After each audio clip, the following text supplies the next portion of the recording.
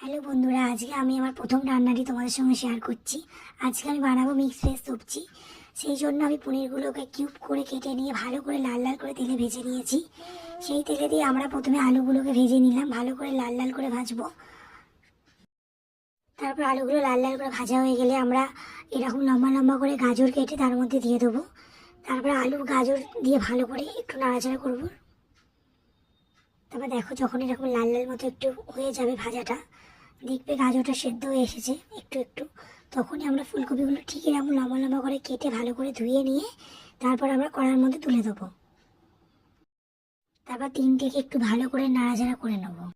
এরপর আমি দেবো বিম কড়াই। যখন দেখবে ফুলকপিটা একটু ভাজা হয়ে গেছে, তখনই বিম কড়াইটা ভালো করে কেটে ধুয়ে আবার দিয়ে দেবে কড়ার মধ্যে।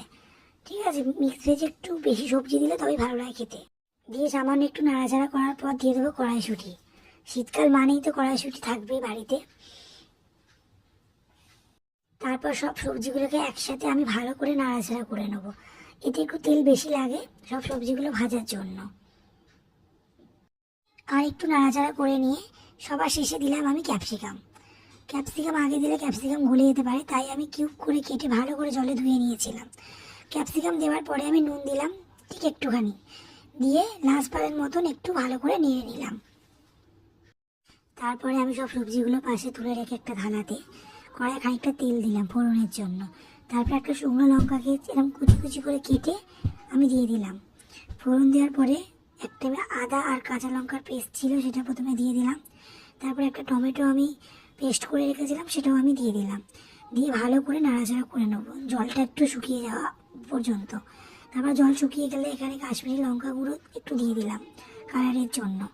তারপরে ঠিক এই অবস্থায় চলে এলে তখন আমি একটা পেস্ট দিলাম, কাজু, মগজদানা আর পোস্ত পেস্টটা দিয়ে দিলাম। বাটিটা ধুয়ে একটু জলটা দিয়ে দিলাম। ঠিক আছে, দিয়ে ভালো করে নাড়াচাড়া করে নিলাম। যখন এবার এই অবস্থায় জলটা যখন ফুটে উঠবে, তখন আমি একটু দই ভালো করে ফেটিয়ে রেখেছিলাম, সেটাও আমি দিয়ে দিলাম। দিয়ে এবার ভালো করে নাড়াচাড়া করব, ভালো করে মশলাটাকে কষিয়ে নেবো। তারপর আমার পাশে রাখা সবজিটা নিয়ে সব সবজিগুলো এই গ্রেভির সাথে মিশিয়ে দিলাম, ভালোভাবে মিশিয়ে দিলাম। তারপরে আপনারা এর মধ্যে একটুখানি চিনি দিয়ে দেবেন, আমি ওটা স্কিপ করেছি। তারপরে একটু ঢাকা দিয়ে গ্যাসের ফ্লেমটা লো রাখবেন।